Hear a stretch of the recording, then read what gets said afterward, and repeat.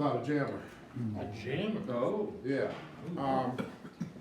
I don't know if I have enough copies, but we'll pass it around, and then, if we need some other information, we will.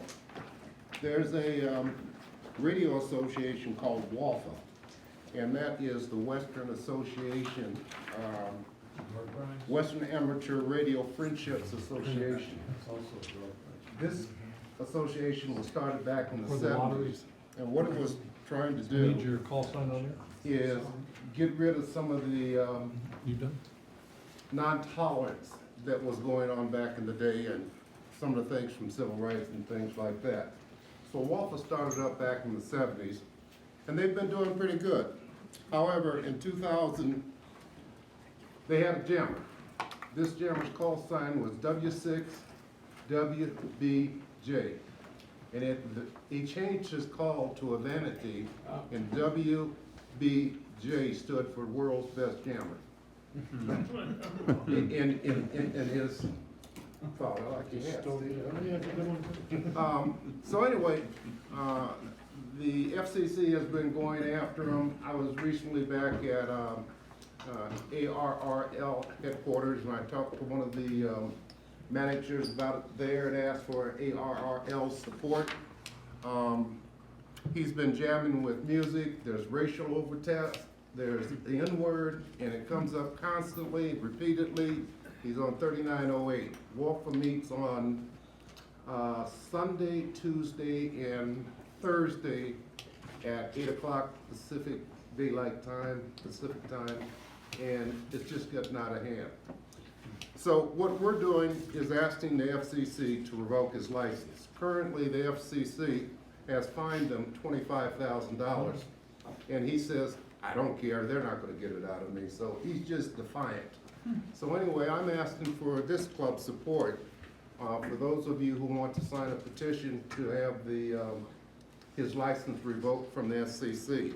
So on the last page, the last 2 pages, I give you the website to go up and get the complete petition. I just gave you the first 5 pages. There was about 35 pages there.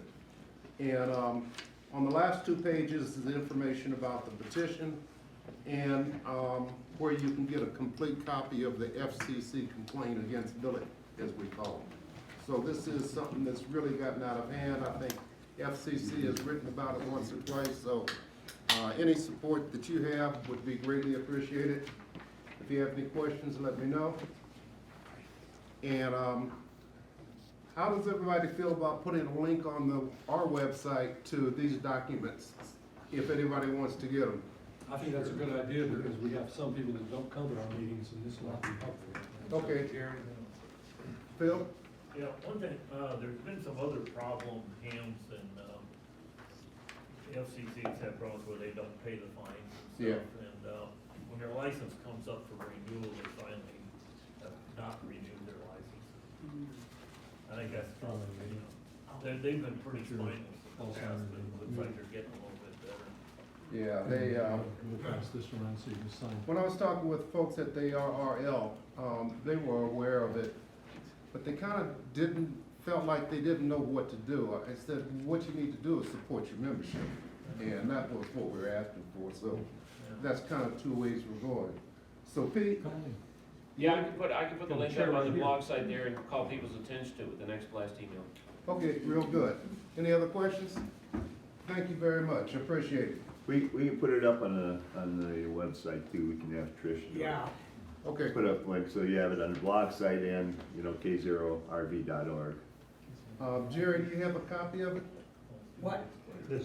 Yes, I have a, Yeah, take that website and give it to Trish and then she can just okay, put I'll that look up at there. it here. There's 2 websites, one is the FCC, the other is the iPetition, so if she has any questions, she can call me. How long has he been doing this? This goes back to 2000, Wow. so it's pretty persistent, it's pretty bad.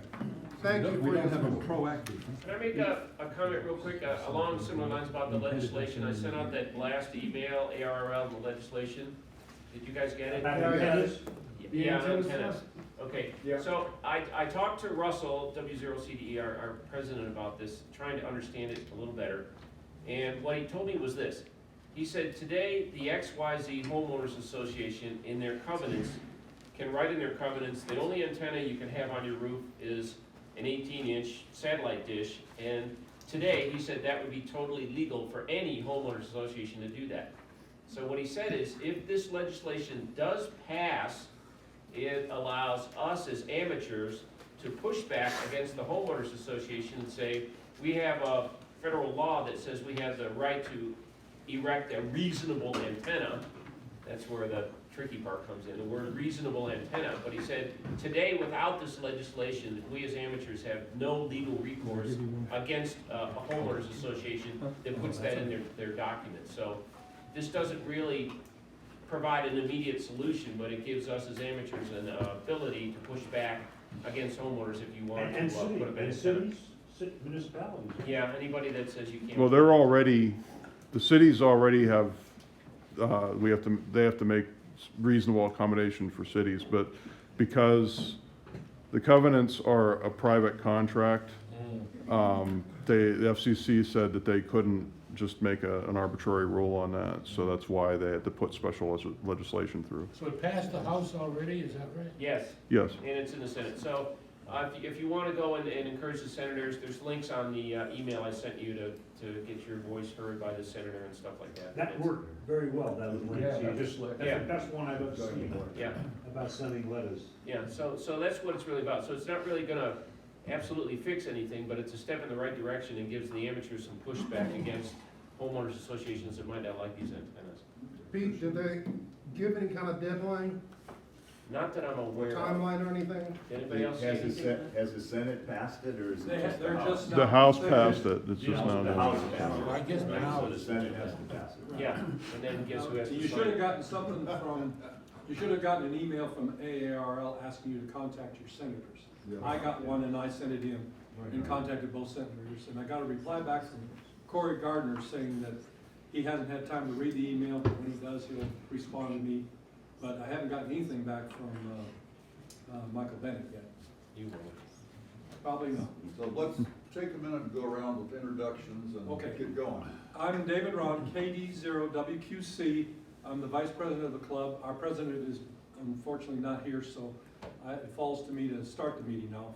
And then I'll hand it off to Pat Fitzgerald here in a minute. And I'll turn this over, you give your name and location. Phil, N0KE, south of Sill. Bill Mormon, N0MID, outside of Aspen. Betty Rifle, KD0YDH. Ken, KB0HP rifle.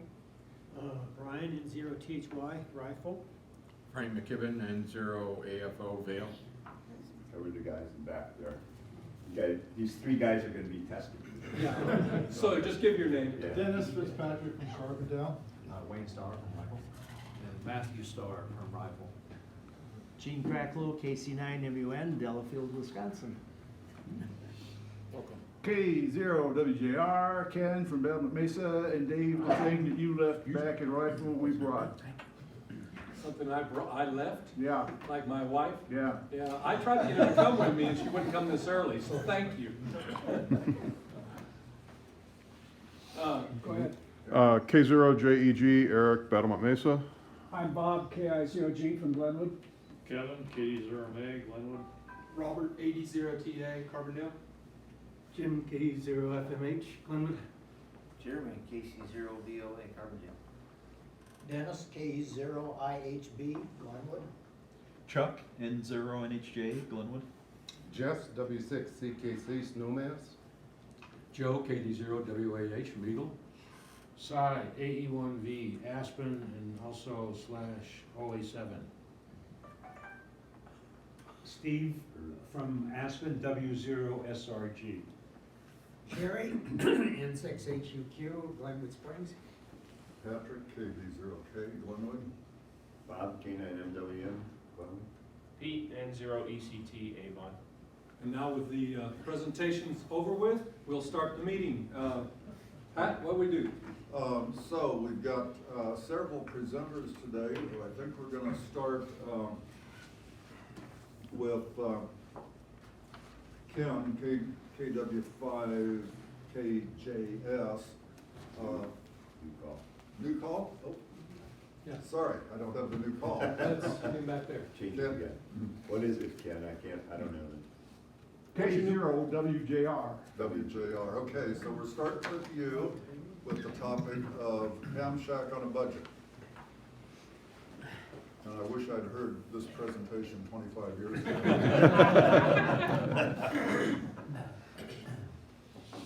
Go blue, by the way. You betcha. So what do you need? Can you just plug that in, You bet. put it on PowerPoint? Obviously, you're not a CU fan, are you? Would you get both of these? Huh? Went to I'll school 2 times plug a it in week. when I,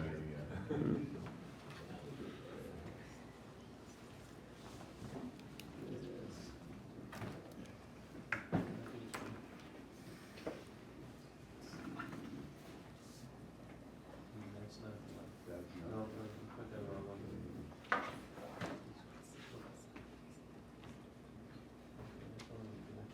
Remove, well, yeah, that's it, go there. That's, yes, right. Okay. Okay, and which one is it? Briefing? Yeah. Okay.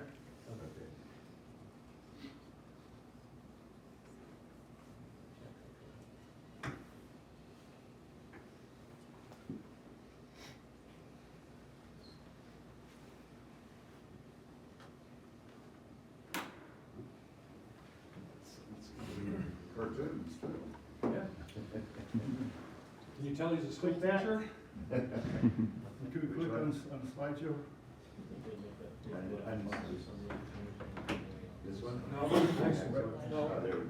No? I'm close, this one. Closer it is. That's it. Okay. There you go. Okay, me and my chef. Next, please. All right, well, I think you can do a page down. Click the space Well, there's bar an or arrow whatever. down to base and Right there you go. How many different opinions can we get on? There's only 20 different ways to Yeah, create that slides. was- too. punch the other one on the other side. there we go. All right. This is my life, 10 months out of here. I was literally going stir crazy. I'm very thankful that I have some neat people in my life. Next, please. See my resume down here? All right. Next, please. If you don't recognize me, that's me. This is my old buddy Otis, literally an old Army buddy from '78. I got him to come out here to Western Slope. He's the Director of Technology in District 51 School District. So we got to talking, and he said this. Next, please. You need a hot. You need a hot. Okay, great. Next, now this character said the same darn thing. Go fishing. You need a hobby. Next, please. Next, please.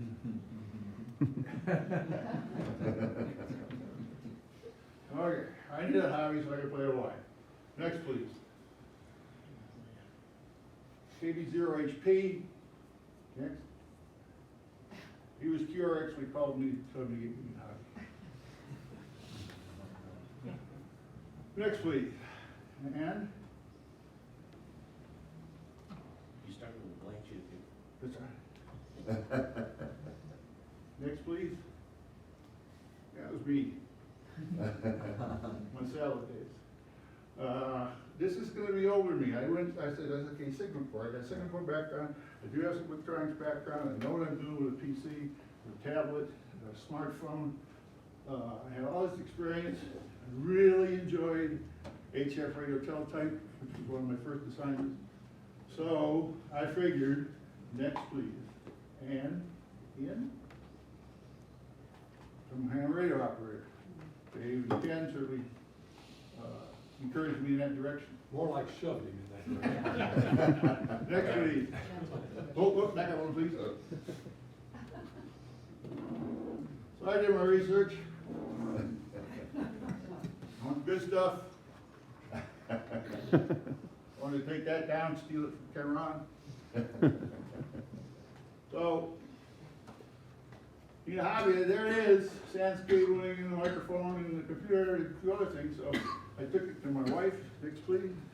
This is what happened.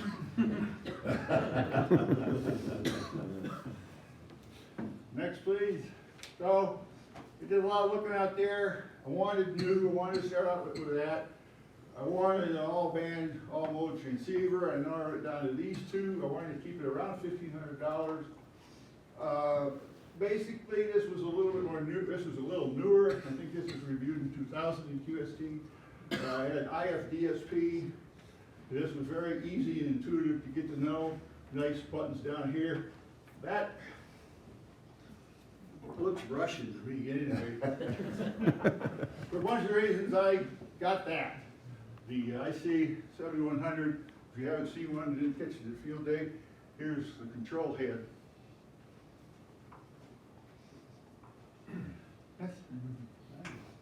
Okay. Nice ways. So I got put something in the attic. This looks good. Next, please. He got his revenge. He made Ken and I go put it. Well, oh yeah, don't skip ahead in the story. He got his revenge. Now, 7100's on that building tour for the antenna, so I had to go out and get one of those. Next, please. And that is a LDG. Did good research. Apparently, a lot of people like that one. Okay, now I got the antenna, and I got the tuner. Oh, the damn thing's 13.8 volts. Next, please. This is a beautiful power supply from Lenco. Next. Now, I was new about field day. I spent half my time in the air in the field day, and in the field. The rest of it is fixation work. But I said, well, I want to go portable. Next, please. So I got this piece of stuff to go portable. Anyway, throw in some connectors and cable, and this is what it costs. Next one. Over budget a little bit. Now, could have gotten rid of that. That would have saved some. Expedited shipping from Gigaparts, which is, that's okay, I give it that. The warranty extension, I probably didn't, out of warranty now, so I don't need it.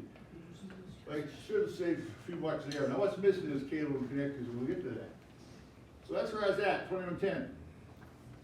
I had to wash dishes to get the extra 110.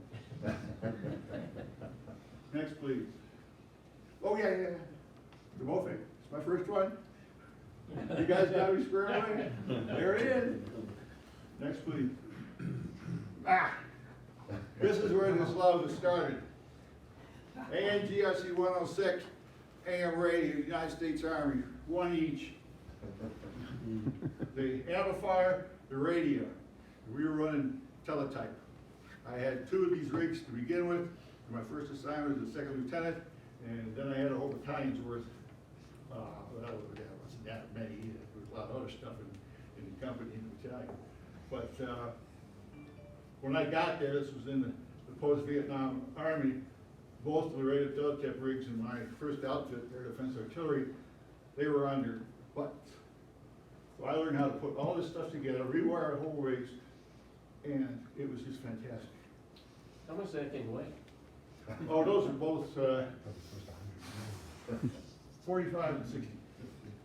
They're hops. Portable. Real portable. So that's why they put them in a big shelter, and not that big shelter, you can fit on top of a pickup truck. Or a 6-wheel vehicle called a Gamma Goat, which would have three cylinder engine. Are these solid state or tubes? Tubes, some solid state. Some, Yeah. in between. Right. Stand valuable PAs. Yeah. So, we got them all fixed and put them on the air. They have a capability of putting a very long, I forget the length of it, so the antenna on the rig itself. And then you had a couple of bags and dipoles. And that was a lot of fun.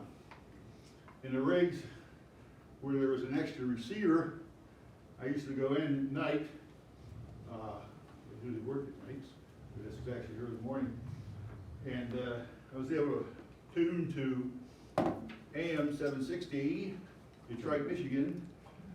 50 kilowatt clear channel voice of the Great Lakes, WJR.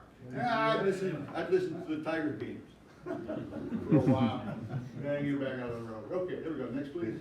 These ever hit the market in surplus yet? Is anything else? I've never seen one of these. Yeah, I haven't either. That's kind of neat thing.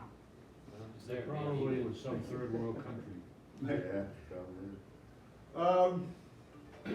This is what everything looked like before I put the antenna in.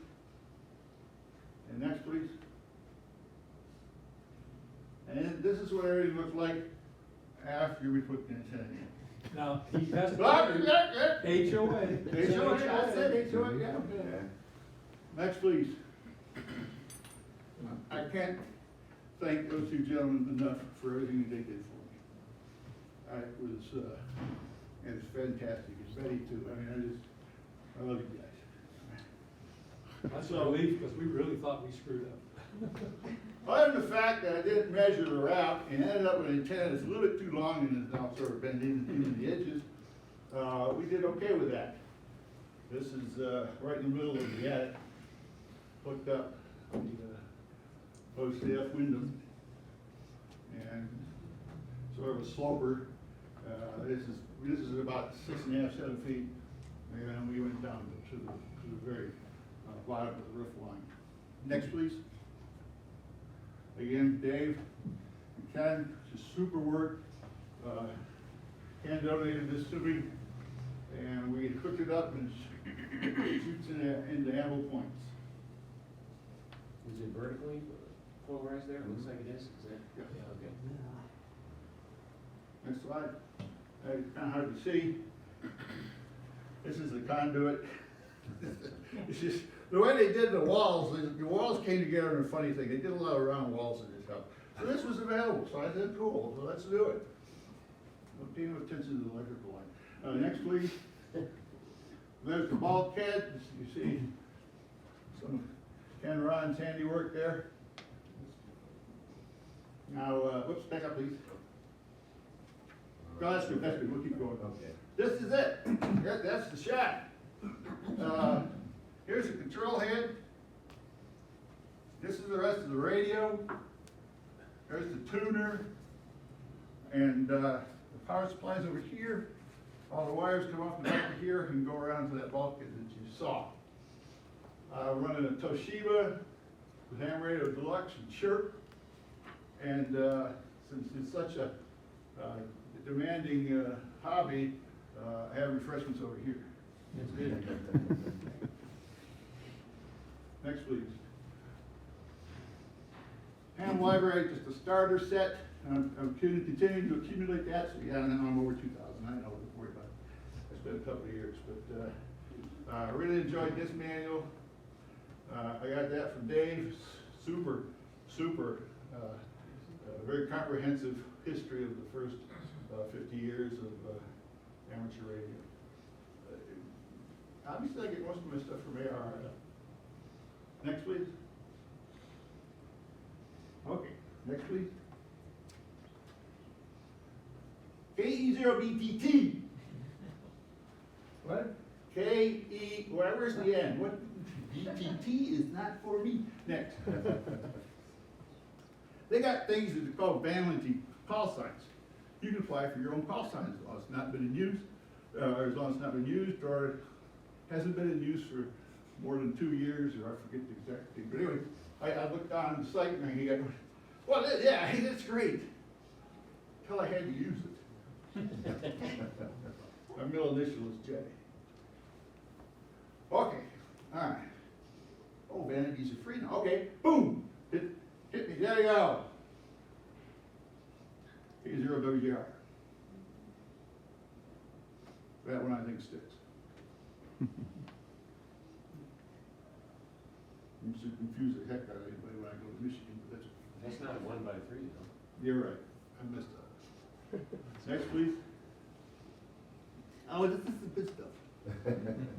See, now, okay, yeah, I'm up over 3,000, that's over 2-3 year period. I know we didn't have good luck during field day, but that's a beautiful antenna I set up in my cottage in Michigan. tuned it up. I was talking to Brazil, and I was talking to the Netherlands, and that was my first real DX. And I just thought, wow, this is the antenna. It's just fantastic. I actually got it. I couldn't wait for DX Engineering. They bought out the TW people, and they were going to start making them themselves, but they're still not even ready to ship. Probably shipping here at the end of the month. But I got this at eBay for $600, and it was in pristine condition, brand new. I had to have that. More power. I wanted to check out this and that damn ATS 25. So worked on some committees for $20 an hour for the school district, and I got that. 2 more hours of work at the school district, I got that, the mag mount. And this showed up at my house sometime in the last week or so. Again, Happy birthday. thank you. His birthday was last week. Okay. Next, please. What the future holds. I got you on the air more often. I just am not. But remember the second slide? For a while, and I want more toys. The SARC 110 is the cat's meow, and I'm really looking forward, hopefully, to get something like that along the way. That extra license won't happen until next summer, but it's going to happen. Now, this is the sad part, the sweet part. Then I'm probably going to move back to Michigan in the fall next year. I'm retiring from education. I retired from the Army, so we got some money coming in. Allows us to do a little bit. So that's my new QTH in Grayling, Michigan, which is about there. Next, please. What the future holds.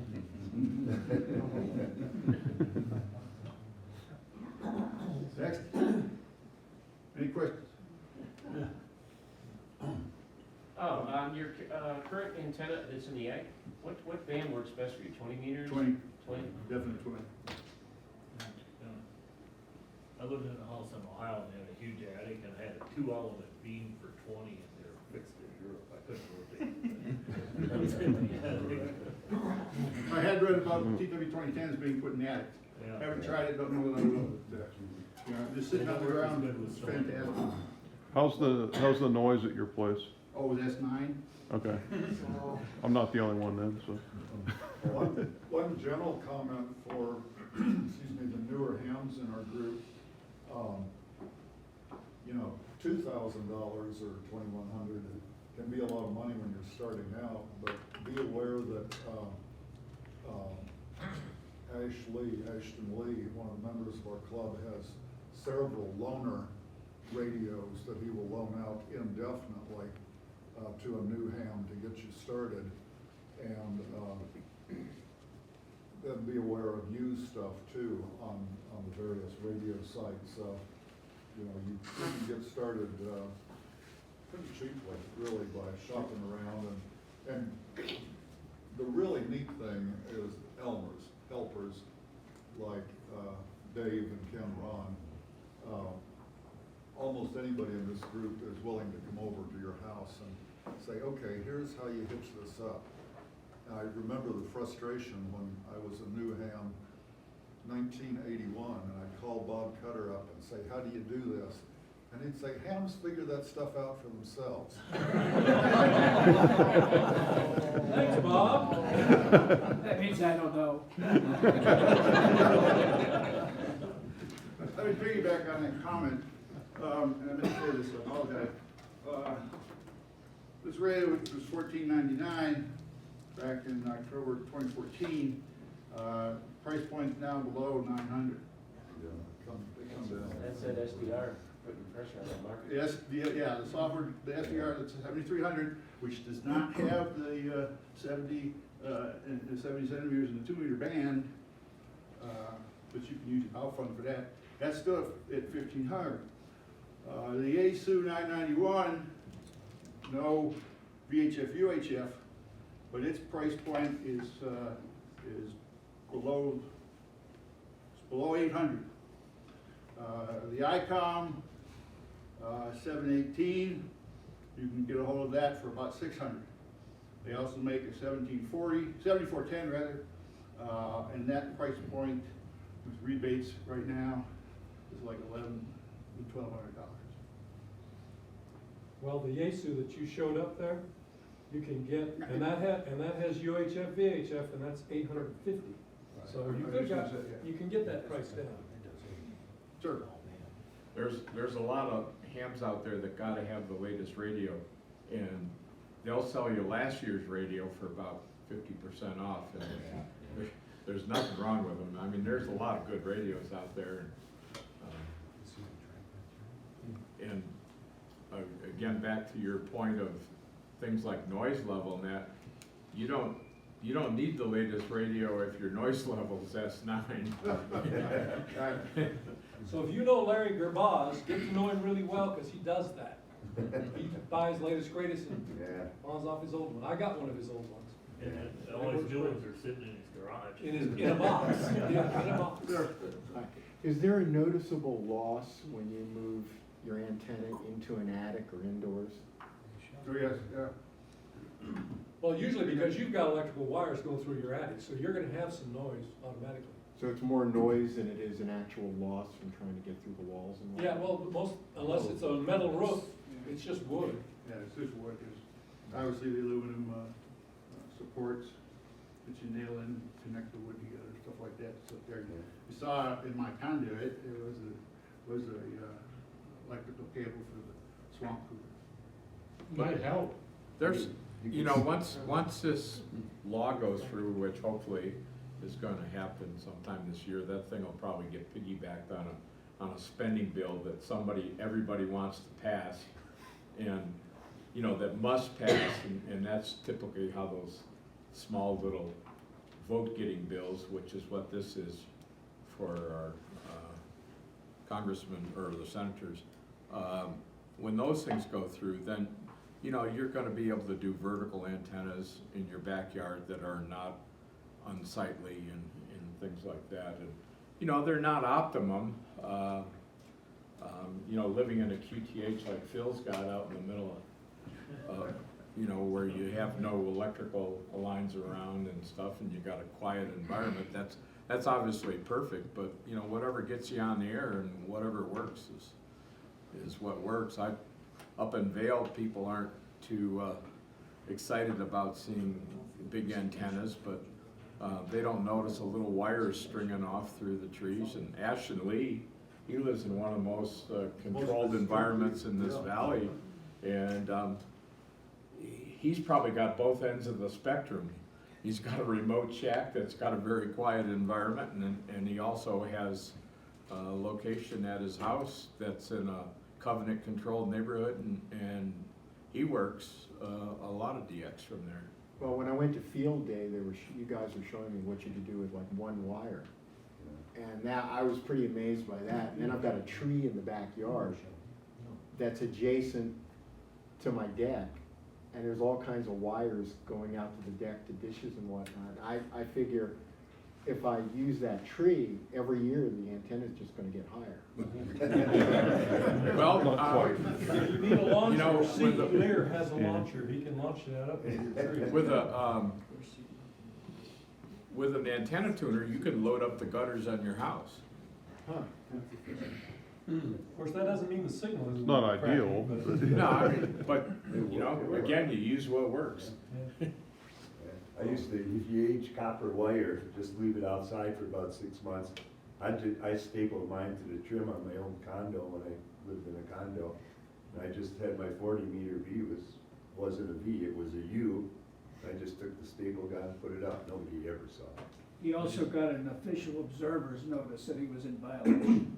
Yeah, for Bob From Cutter. his neighbor, that's about 2.5 blocks away. Should have bought that radio from him. It was the kilowatt, we only lived 3 blocks away. That was how we met. One other thing now, I think of it.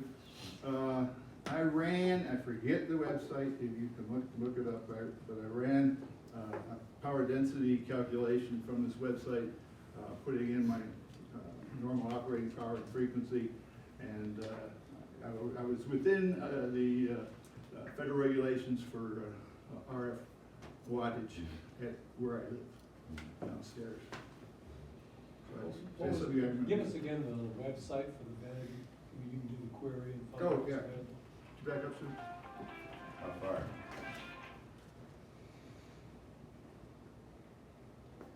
Back, Couple back, three. quite a bit back. Oh, There we go, there we go. okay.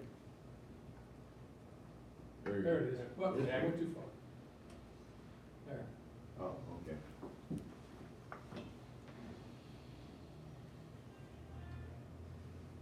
And I started to put down all the websites I use, and then I realized I would need a website to show you all the websites. Well, a cool presentation. Thank you. Okay.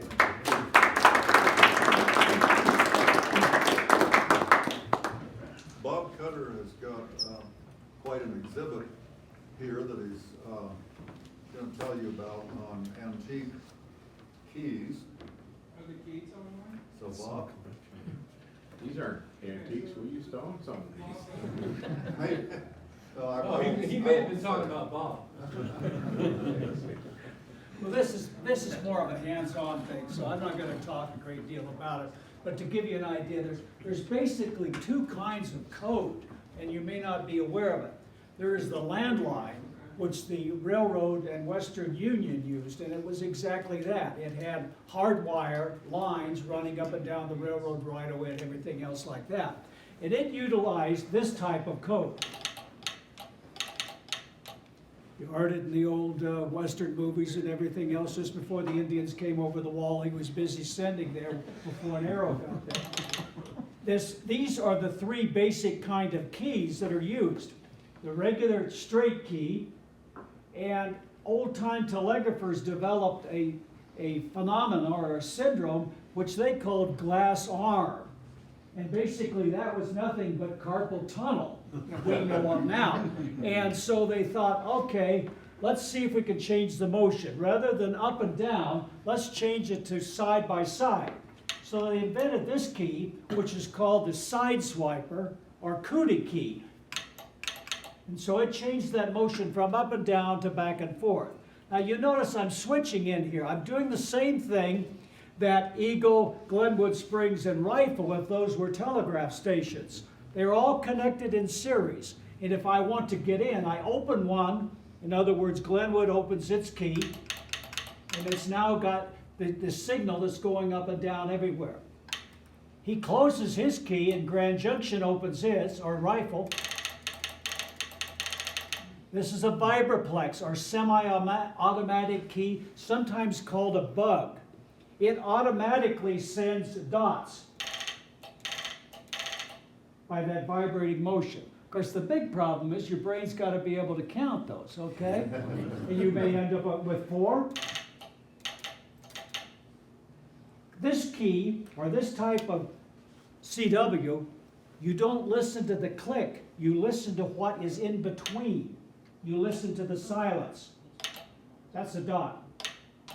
That's a dash. That's a dot. You notice there's 2 different sounds from the sounder, which is this device here. It's nothing but an old-time electromagnet that you made with batteries and that sort of thing inside of a box called a resonator. You might have had, if you were a telegrapher, you might have had 3 or 4 of these, and so you moved them around so you could hear them. Sometimes you'd put a Prince Albert can up here so that this sounder had a little bit different tone than another one, so you could distinguish them. Anyway, now the landline code had 3 elements. It had a dot, it had a dash, and it had a space. So there are 7 or 8 letters in the landline Morse code that is different than the regular Morse code. And that difference is that they used the space. Now that worked fine where you were hardwired and everything else. But if you got into the radio waves where you had fading and everything else like that, remember if you listened to the old-time AM radio and that sort of thing, all of a sudden the signal would fade out and then it would come back and everything else. Well, that way would raise hell with a space character. There'd be no way to rely on it. So when they went to what was called International Morse or Morse, that was purely the dot and the dash, no space character at all. Bob's got a sounder set up over here that you can, if you want to try your hand at that, that you can hear what it is. So anyway, that's the railroad.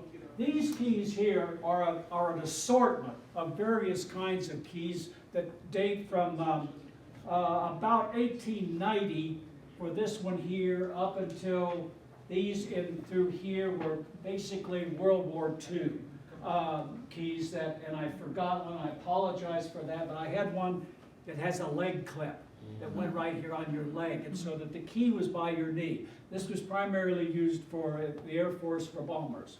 In other words, you had your hand there, you didn't have to worry about waving around and everything else, and you could send from that. I apologize, if any of you are old enough to remember bicycle clips that you had to keep your pants out of the chain, that's what this looks like. It looks like a bicycle clip fastened onto the bottom of one of these keys. Okay, most of these keys are, these are semi-automatic or the bug keys, different types and different things and everything else. These that you see that are enclosed are called flame-proof. Those were generally on shipboard. Now the Navy decided that they use audio, but they also use the light. They use the blinker light between ships and everything else like that. So there's a light bulb in here. So the Navy operators decided that they needed a light in addition to the tone. So if you see a light in connection one, this is the only one like that, it came out of the Navy. The other thing that you had, the Navy insisted upon these wide washer-like thing down here to protect you because there was a lot of heavy-duty voltage going around through here, and they didn't want them to accidentally come onto contact with that. The other thing that the Navy liked to have was they wanted something to grab a hold of. And so this key was designed to be held like this. In other words, in your hand. You'll notice that there's several of them down through here like that. As opposed to the others. Now this is a wire chief's key. A wire chief was kind of the boss. And if you were in a commercial telegraph place, he would oversee maybe a dozen operators around here. This has a switch in here that allows him to go into various circuits, back and forth like that. This is an Australian key, a little bit different design. This one's kind of interesting over here. This is a World War II English key that was used in the Lancaster bomber, their big bomber that was similar to our B-24, B-29, something like that.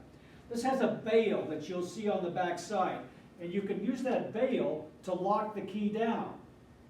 The feeling being is, okay, we're going in the Drake, we're going down, well, we hope somebody's out there listening that can find us. I can lock the transmitter on by basically locking that down using that bail.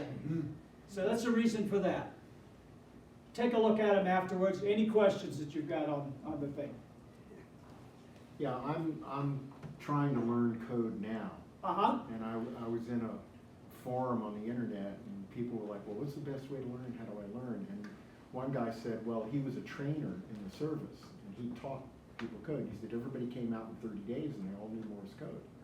And he goes, well, you know, how did you accomplish that? And he says, easy. He says, you know, oh, you haven't learned today? Drop and give me 30. And everybody in the whole group drop and give me 30, and then 30? Yeah, 50 or whatever. Well, let's go down the other way. Let's start with 3. 5, yeah. Everybody has to stay up all night and help the guy who's behind. So I was wondering if anybody has any tips or whatever other than using these. Okay, I've done, you know, I do probably 95% of the operating I do is code. CW, I love it, I like it. I operate very low power, QRP, 5 watts, and CW gets through where other modes will not. So I'm a CW fan. I would stay completely away from that. I would learn with a key like this. Yep. Okay. But the most important thing I had when I was getting, and I was licensed back in the days where you started with 5 watts and then, or 5 words a minute, then you went up to 12, and then you went up to 20. And it was a progression thing, and you had to go to the FC to be exam. But anyway, the thing that I learned to do was I would go down the street, and first of all, I would audioize the code. Dit, da, okay? And I would spell out every street sign I have, like this, the, da, dit, dit, dit, dit. And I would spell these things out. People used to look at me weird, but they don't anymore because they're talking on the cell phones. And you're used to seeing somebody walking down the street or, you know, in the car and things like that. As an aside, I used to be a prosecuting attorney.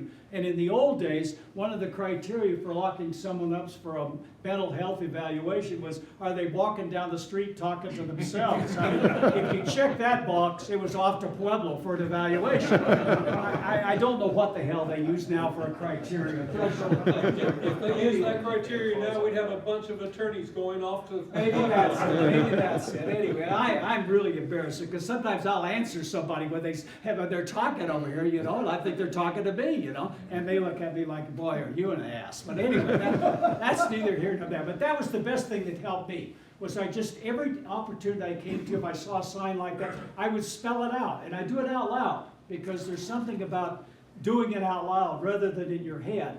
And that helped me more than anything else. The big breakthrough is when your brain starts to hear words, not individual characters. And eventually your brain will allow you to copy behind. In other words, you're actually you're behind the sending. The other thing you need to do is, if you don't recognize the character immediately, forget it. Go on to the next one. Don't get your brain get locked up on, wait, is that an S or is that an H? Is it 3 dits or is it 4 dits? Just skip over it. And you'll find especially if you're copying something that is real time, not just random letters, you'll see that you'll be able to figure out what it is. I mean, you've got T blank E. Well, it's probably the T-H-E, okay? And that sort of thing. Well, those sort of ideas helped me the most. But the important thing is to just try. I mean, there are a lot of slow speed nets out there. There's one that a guy out of Cheyenne, Wyoming runs that is just designed for people that are starting out with code.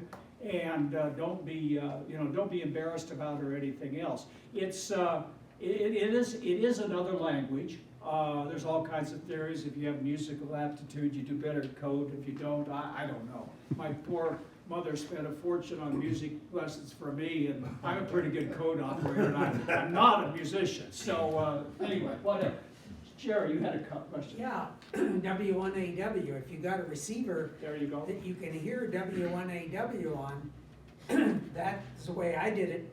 I went down to the shack on the base when I was in the service and listened every night on W1AW. They have different speeds they send out, and I found that listening, receiving was by far the hardest. I learned sending, no sweat, once I was able to receive. And so the best thing I found was just listening to them every night. You may have told me that at one point, just I listening. think I might have. And you can copy W1AW virtually anywhere in the world, but clearly in North America, there's a frequency that you can find, yeah. The other thing I found when I was learning that there's if you look up on code tapes and the Farnsworth method, where the Farnsworth method, if you're going at a slow speed, it sends the characters at a higher speed. It just spaces out the spacing, because if you're truly at 5 words a minute, it is so slow you miss the rhythm. And the Farnsworth gives you the rhythm. It'll go dit-it-it-it, and then a long space, and that allows you to think in between. Right. Otherwise, you're going to miss if it's just dit. Your brain's sitting there counting, and you really need to focus on it. I was using one method. I don't remember what it was, and they score you, as you work on a keyboard. Sure. And then I was going, why am I doing so poorly? And then all of a sudden I realized, oh my God, they're also checking the spaces. Right. Between the things, like, oh, yeah, No, it'll come to you. Don't worry about that. I would discourage keyboard to begin with. I'd write it out, just because you're not always going to have a keyboard. And I think it's more of a motor visual learning thing is my thing, but that's something else. I should have mentioned, these early telegraphers were actually about, in the railroad hierarchy, they were probably the 3rd highest paid person. They were behind the engineer and the conductor, but at the same level as probably the brakeman and the fireman and everything else. Often the telegraphers, the Western Union or the railroad would furnish you with this kind of key here. If you wanted this kind of key, you had to furnish it yourself.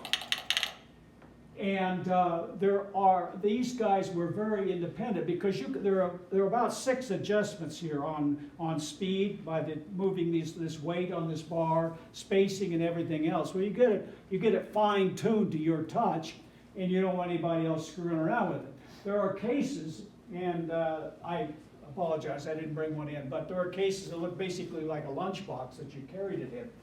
And there was what was called a wedge. This plug is called a wedge. It has 2 conductors, 2 metal plates separated by an insulated switch. And so you came in and you opened up the Western Union or the railroad switch that you had, and you slipped that wedge right in there where this lever was. And that allowed you to go, and you didn't have to take any wires loose or anything else. You just plugged that in and you were ready to go for that shift. Oops. And like anything else, you gotta have all of them closed except the one you're using. Any other questions? I have a question about the train. How did these operators communicate with the train when the train was moving? They didn't. They had They had. they'd hand you a token, and you'd go out, and then you'd hand that token back if there was 2 trains coming. The only way that they had was called hooping up, and they had these hoops. One of them was a wire-shaped thing with a piece of a string in the middle of it, and the message was tied in the center. You stand out there at a train, 50 million tons going by, and you're about this close, and you're reaching up as high as you can to reach the engineer or the conductor, and he sticks his arm in there and hooks the string, and that's how he gets the information. Another one was another hoop that was a bent wood thing like this, that the message was attached to. Well, in this case, he hooked the wooden and the wooden loop and everything else, got the message off, chucked the thing out the window. And so it's along the right-of-way up from the station. If you were smart and you were a station agent, you'd train your dog to go out and retrieve those things and bring it back to you. Otherwise, you're gonna have a hell of a pile of them, or you're gonna have to hike out there and do it. But if you're really interested in this, all this stuff is down here at the Glenwood Railroad Museum in the depot. Bob and I put a display. They have a display almost as large as this down there, and an operating sounder and everything years ago. And actually, the Ham Radio Club gets a credit on the thing too so anyway, if you're really interested in the railroad stuff, yeah. So probably the most famous telegrapher was a guy named Andrew Carnegie, who started out with the Pennsylvania Railroad as a telegrapher and worked his way up to be vice president of the whole company. My favorite is Gene Autry. He was a railroad telegrapher in Oklahoma, went on to make movies and became a very wealthy man as a result of it. So it was often you were 12 or 14 years old when you took on this job. And it was an entry into, because obviously you're gonna have to know how to spell, for one thing. You're gonna have to be pretty smart. You're gonna have to be alert, and it was an opportunity to move up. It was also an opening for women. The first woman telegrapher was in Wyoming, which is not a surprise because Wyoming was the first state to grant women's suffrage. But it was an entry-level job for a lot of people. There's a book that came out here a few years ago called The Victorian Internet, and it traces the development of the telegraph. Abraham Lincoln really believed in the telegraph. He micromanaged a lot of his generals, whether it's good or bad, as a result of using the telegraph. And he had a telegraph office in the White House where he heard it and everything else like that. Yes, I. You know, all the formulas that you need to pass your test, you know, 2 pi FL and all that stuff, those are all discovered by a guy who you probably heard of but didn't know maybe that he started out as a telegrapher. And that's Oliver Heaviside, who discovered all the things that are now classical electrical engineering. They all come from him. He invented the word impedance, for example. It's worth reading about him. Oliver Heaviside. Is it And there's the same guy that discovered what still maybe in England is called the Heaviside layer. We call it the ionosphere now. Huh, okay. Anyway, that's, these are two of my hobbies. If you get into the railroad collecting, you know, boy, that stuff gets big fast. And this is about the only little railroad sort of thing that I could put together, so. Any other questions? I got one more comment. I have a CD, if anybody wants it, I compiled about 5 different methods to learn CW, and I'll just mail it to you if you want a copy of it. It takes the old Radio Shack stuff, the old ARRL stuff, so a lot of code practice on it. It's just a CD chock full of that. And actually an old Ghostbusters CD that talks about the rhythm of the code. So anybody who wants that, just see me and I'll mail it to you. Bob, I'll mail it to you on Shell, you like it. Bob, how did the railroads or Western Union train their operators? How do they train? On the job. So if you were a 14-year-old, you'd go sit beside Yeah, an that's how they operator. did. I had an early railroad job. I didn't come here to talk about railroad, but I worked for a short time as a call boy.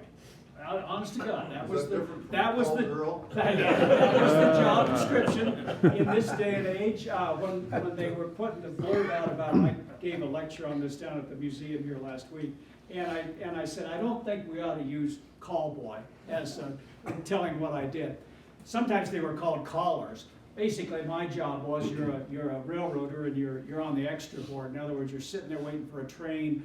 The train supervisor puts together a train crew. He takes the numbers off the board. And this is pre-cell phone days, actually probably pre-telephone days, because these guys are staying in boarding houses and things like that. And so the caller's job, the call boy's job, is to go find Chuck and Pete and Cy somewhere to tell them they got a train that's being put together and they got to go to work in an hour. So you get on your bicycle and you go out. Well, I did this in Grand Junction. There were 3 pool halls in Grand Junction at that time. The Owl, the Senate, and Mosslanders, known as Mosey's. So that was generally, and you generally knew that Chuck really kind of liked the Owl because he shot a lot of pool, and I could probably find him in there. There also were generally 1 or 2 poker games going on that I was aware of. And if it was at night, that would be a good place to go find Cy, because except Cy plays backgammon, but we'll ignore that for this story. Anyway, he's playing poker in this story. So that was my early introduction to railroad. This was in the 1950s. There was a telegraph circuit. It was not being used because the telegraph after World War II was taken over by teletype. And the circuits were still there. Actually, the circuit was still going through here up until the 90s. It was out there, they kept it maintained, it was live, it was the ultimate backup and that sort of thing like that. But telegraphy went out of the railroads in the 40s and after the war, basically, because teletype became much more easier to use. You didn't have the training that was required of the operators. These operators could send probably 30 words a minute, but as a practical matter, they were 20 words a minute. Telegraph was used, stock brokerage companies used it for stock quotes. Pipeline companies used it to shut the valves and everything else, and the railroads did. Of course, there was Western Union. Any other questions? Did they have error correcting on teletype back in the day? They have what? Did they have error correcting on teletype back in the day? No, you didn't do that. Buy 100 shares. I meant. Okay, any other questions? Good job, Bob. Any other questions? Okay, Eric's got a presentation on software-defined radio and dumb. Hopefully a little demo here. See if we can get going. I need my adapter. Jail negative.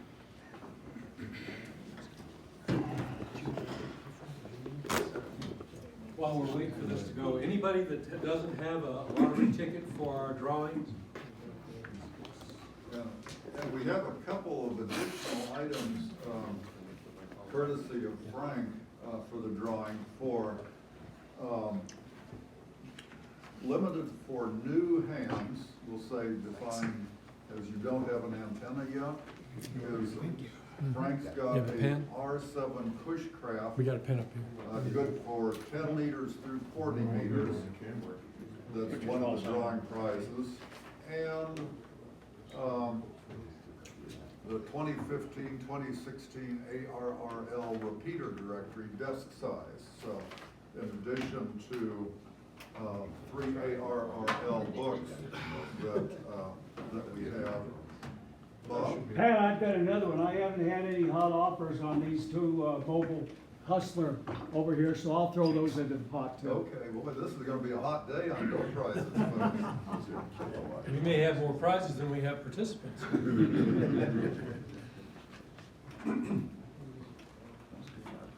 So, Eric, They